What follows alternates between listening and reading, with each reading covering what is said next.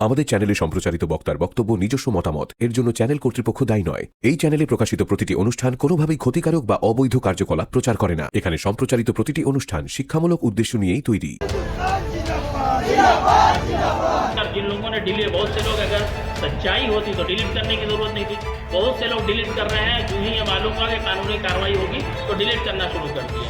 এবার মারাত্মক অভিযোগ উঠল আসানসোলে। বৃহস্পতিবার আসানসোলের ওয়াকআপ আইনের প্রতিবাদে মিছিল বের হয়, আর এই মিছিলের থেকেই পাকিস্তান জিন্দাবাদ স্লোগান ওঠে বলে অভিযোগ বিজেপি নেতৃত্ব।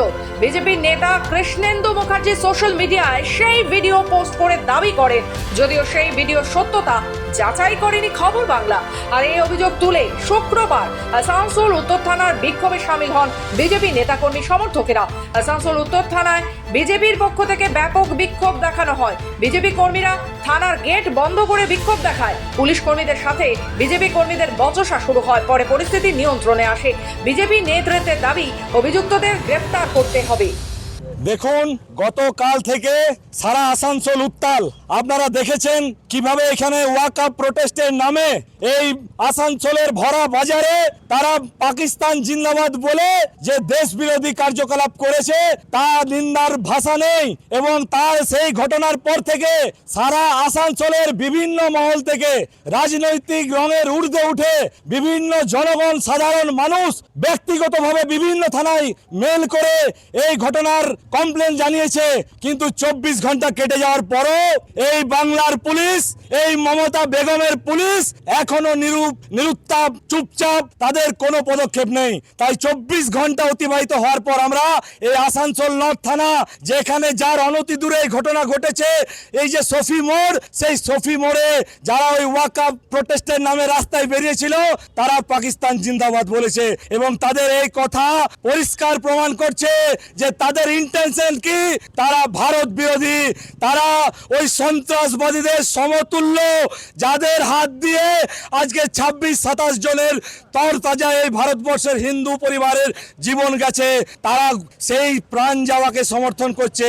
তাই অবিলম্বে এই হাতে চুরি পরে থাকা মমতার পুলিশ যদি এই কাল পাকিস্তান জিন্দাবাদ বলা, যারা ওই সন্ত্রাসবাদী তাদেরকে বলা চলে, যারা এই দেশে বসে এই ভারতের খাচ্ছে, ভারতের পড়ছে, আর ভারতবর্ষের মাটিতে দাঁড়িয়ে পাকিস্তান জিন্দাবাদ বলছে। এই মিটিং মেইন উদ্দেশ্য ছিল নতুন করে আমরা ভোটার লিস্টের জন্য একটু টিম তৈরি। প্রত্যেক বুথ, পশ্চিম বর্ধমান জেলার মধ্যে প্রত্যেক বুথে বিএলএ নিয়োগ করেছেন, যাকে দেখভাল করার জন্য ব্লক লেভেলে একটু সুপারভাইজার দিয়েছে, আর ওয়ার্ড আর অঞ্চল লেভেলে একটু সুপারভাইজার আছে, আর যার ব্লক প্রেসিডেন্ট আছেন।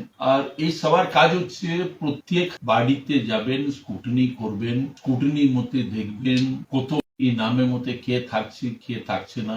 তো যার মধ্যে বুঝে যাবেন একটু বাড়িতে আগে 8টা ভোটার আছে, তো 8টার ভোটার মধ্যে 5টা ইয়া এখন আছে আর 3টা বাহারে, একটু জানে, একটু নলেজের জন্য দরকার। আর একটু ইলেকশন লড়ার জন্য, রাজনীতিতে ইলেকশন লড়ার জন্য একটু হাতিয়ার হয় ভোটার। যে পার্টি ভোটার লিস্টে কাজ করবেন, যাকে ভালো করে ধরে রাখবেন, ভালো করে কাজ করবেন, ও পার্টি ভাই বহুমতে জিতে। আমরা বামফ্রন্টের সময় দেখেছি 34 সাল বামফ্রন্ট কাজ করে ক্ষমতাতে। তো 34 সাল ক্ষমতা বামফ্রন্ট একই কারণে ছিল, ভোটার লিস্টে কাজে বামফ্রন্ট বছর আগে। আর আমরা भी ভোটার লিস্টে কাজ, যে সময় তৃণমূল কংগ্রেসে ছিল না, কংগ্রেসের পিরিয়ডে কংগ্রেসে ছিল, পরে তৃণমূল কংগ্রেসে আসছে। আমরা মমতাদির নেতৃত্বে, মমতাদি ইনস্টিটিউশনে প্রত্যেক বিধানসভার মধ্যে আমরা ভোটার লিস্টে কাজ। ও জায়গা কিছু অ্যাক্টিভ করার জন্য বিভিন্ন বুথে আপনাকে বাহারের নাম আসে যাচ্ছে, কিছু বিজেপি একটু চক্রান্ত চলছে ভোটার লিস্টে ফলস নাম ঢুকাওয়ার, যার মধ্যে আমার যে পার্টি যে কারিগর মহারাষ্ট্র, তো আমরা এই জানে গেছি, আমার নেত্রী এই চিজ জানে। এই জন্য নেত্রী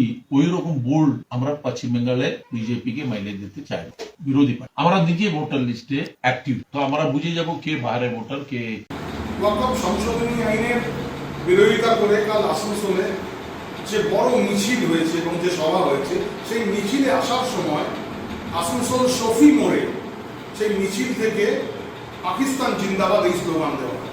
আমরা এর তীব্র বিরোধিতা করছি এবং বর্তমান যে ভারতের অবস্থা, পাকিস্তানের সঙ্গে যে একটা যুদ্ধের একটা পরিস্থিতি তৈরি হয়েছে, এইরকম একটা অবস্থায় আমাদের ভারতীয়দের এটা ভাবাবেগে আঘাত করেছে যে পাকিস্তান জিন্দাবাদ। এই কথা প্রশাসনের কাছে আমরা এটাই আপিল করি যে এটা সঠিকভাবে এটা তদন্ত হোক এবং এই কথা যে বলেছে পাকিস্তান জিন্দাবাদ, তাকে শনাক্ত করে তাকে শাস্তি দেওয়া। এই ঘটনায় বিজেপির রাজ্য কমিটির সদস্য কৃষ্ণেন্দু মুখার্জি ও মেল মারফত আসানসোল দুর্গাপুর পুলিশ কমিশনারকে অভিযোগ জানিয়েছেন। যদিও এই অভিযোগ মানতে নারাজ তাহফুজ ওয়াকাফ কমিটি। তাদের দাবি ওয়াকাফ বিলের মিছিল থেকে এ ধরনের কোনো স্লোগান দেওয়াই হয়নি। তাদের দাবি সংবিধান জিন্দাবাদ স্লোগান দেওয়া হয়েছিল। এটা নিয়ে মিথ্যে অপপ্রচার করা হচ্ছে। তাই যারা এই ধরনের অপপ্রচার করছেন তাদের বিরুদ্ধে আইনত ব্যবস্থা নেওয়ার জন্য আসানসোল দক্ষিণ থানায় অভিযোগ করা হয়েছে। কৃষ্ণেন্দু মুখার্জি সহ কয়েকজনের নামে আসানসোল দক্ষিণ থানায় লিখিত অভিযোগ দায়ের করা হয়। नंदू मुखर्जी, इसलिए हम लोगों ने उनको भी शामिल किया है इसमें। कृष्णेंदु मुखर्जी, इन्होंने जो है सबसे पहले इसको डाला है, इसलिए हमने उनको भी अपने कंप्लेन में रखा है और उसके नाम को। ठीक है, इसके अलावा और भी लोग हैं, और जिन लोगों ने डिलीट, बहुत से लोग, अगर सच्चाई होती तो डिलीट करने की ज़रूरत नहीं थी। बहुत से लोग डिलीट कर रहे हैं, जो ही ये मालूम हुआ कि कानूनी कार्रवाई होगी तो डिलीट करना शुरू कर दिया।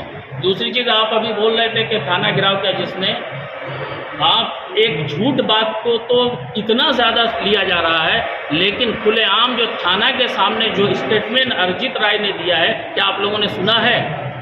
क्या उसके पीछे क्या वो सही है? एक मामले के चलते जिसकी अभी तहकीक नहीं है, जो सही नहीं है, उस ऐसी बात को जिसकी तहकीक का ज़रूरत है, पुलिस उसको तहकीक करे। अभी वो बात क्लियर नहीं हुआ, उसको लेकर के आप कॉमनल न्यूज़ अभी से दे रहे हैं और ऐसा दे रहे हैं जिससे फंसा शहर में आग लग जाए।